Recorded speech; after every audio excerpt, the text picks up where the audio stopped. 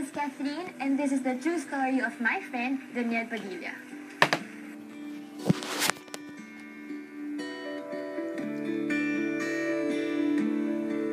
Nung first nakita ko si DJ is sa Showtime. Nag-guest ako with Julia. Tapos, parang nag-guest din siya doon. Yun yung first ever, pero hindi kami nag-usap noon. Tapos, after noon, next na yun sa Growing Up na audition. Naging close kami nung taping ng Growing Up. Parang may time din na nag-usap kami. So, starting nun, medyo nawala na yung ilangan. Actually, Growing Up talaga yung nagkaan ng relationship namin. Mayabang. Yung parang lahat tayo, kung ano yung first impression sa kanya, mayabang na playboy, gano'n. As a person, parang ano lang niya, outside lang din yung maangas, ganyan. Pero pag nakilala mo siya, super bait, super gentleman, and pagkasama mo, sigurado kung alagaan ka niya. Tapos, super bait niya sa mga kapatid niya. Caring at saka trustworthy. Ewan ko, kasi parang sa tao, hindi ako rin madaling magtiwala, ganyan. Pero parang kay DJ, kahit ano sabihin mo, alam mo na, safe yun. Na-convinced naman ako na sincere si DJ.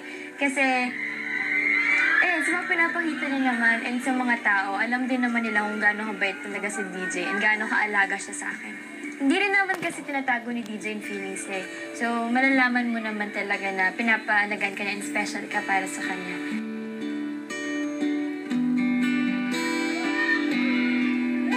Para sa akin na, memorable sa akin yung GGV namin. Ewan ko, kasi nagulat din ako na special guest pala siya doon, tapos yung kumanta pa siya. So, unexpected talaga na andun siya. So, hindi ko siya nakalimutan. Meron siyang ginawa, kailan lang, binigyan niya ako ng 2 puppies. So, nakaka-lati. Sakto lang!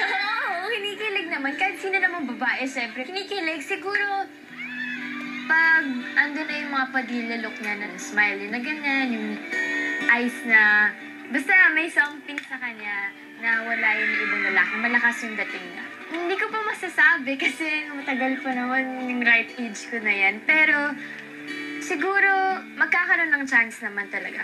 I like him as a friend. Ngayon, friend muna. Siguro saan special friend, DJ?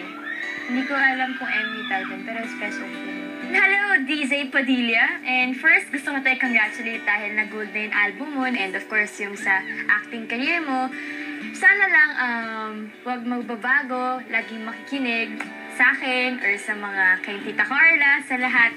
And lagi lang kami andito para sa'yo.